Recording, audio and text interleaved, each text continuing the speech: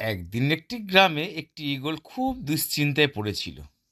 সে চারটি ডিম পেড়েছিল, কিন্তু সেই ডিম থেকে কোনো বাচ্চাই ফোটেনি। সে এতটাই চিন্তায় ছিল যে গ্রামে একটি জায়গায় সে বসে বসে ভাবছিল, এতদিন ধরে আমার কোনো সন্তানাদি হচ্ছিল না, কিন্তু আজ যখন চারটা ডিম দিয়েছি, কিন্তু সেই ডিম ফুটে বাচ্চা কেন বেরোচ্ছে না বুঝতে পারছি না। হে প্রভু, তুমি তো সব অন্তর্যামী, তুমি বলে দাও আমার কি করব।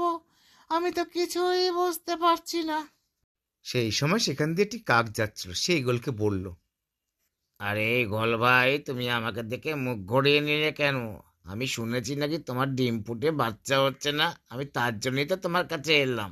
শোনো ঈগল ভাই, নিশ্চয়ই তোমার গত জন্মে কোনো অভিশাপ ছিল, তার জন্যই তোমার ডিম ফুটে বাচ্চা হচ্ছে না। আমি শুনেছি অনেকের কাছে, তাই তোমার কাছে এসে তোমাকে বললাম তুমি বরঞ্চ একটু ঠাকুর মন্দিরে গিয়ে পুজো দিয়ে এসো। তখন ঈগল সামনে এসে দেখলো সামনে একটি কাক দাঁড়িয়ে। সে কাকটি সব কথা শুনেছিল। এবার সে মনে মনে ভাবল, সত্যি তো কাকটা ঠিকই বলেছে, আমার গত জন্মে নিশ্চয়ই কোনো অভিশাপ ছিল, না হলে তো 15 দিনের মাথায় আমার ডিম ফুটে বাচ্চা হয়ে যাওয়ার কথা। কিন্তু আজ 2 মাস হয়ে গেছে, এখনো ডিম ফুটে বাচ্চাই বের হচ্ছে না। এ কি হলো ঠাকুর আমার সাথে? শোনো ভাই ঈগল ভাই, আমি শুনেছি ওখানে একটা ফ্যাক্টরি শিয়াল আছে, সে জাদু মন্ত্র জানে। তোমায় যদি সে বাটি করে একটা পান বেটে তোমায় যদি দিয়ে দেয়, আর সেই পান বাটা যদি তুমি তোমার ডিমের গায়ে লাগাও, ঠিক বাচ্চা ফুটবে। তুমি চিন্তা করো না, তুমি বরঞ্চ শিয়ালের কাছেই যাও। এইদিকে কাকটি তো বারবার করে ঈগলকে পরামর্শ দেয়, বারবার করে ঈগলকে অনুরোধ করতে থাকে যেন শিয়ালের কাছে সে যায়। কাকটি ঈগলকে একথা জানিয়ে সে চলে যায়। তখন ঈগলটি বলে, ঠিক তো বলেছে, তার বরঞ্চ শিয়ালের কাছে যাওয়া যাক।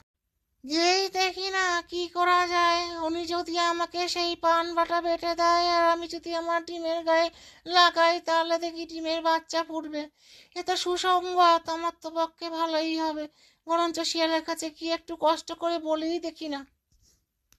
এ কথা বলে ঈগল শিয়ালের কাছে যাওয়ার জন্য উদ্যত হয়। সে মনে মনে আরো ভাবে, এই জঙ্গলে শুনেছি ওই শিয়ালটা বহুত পাজি।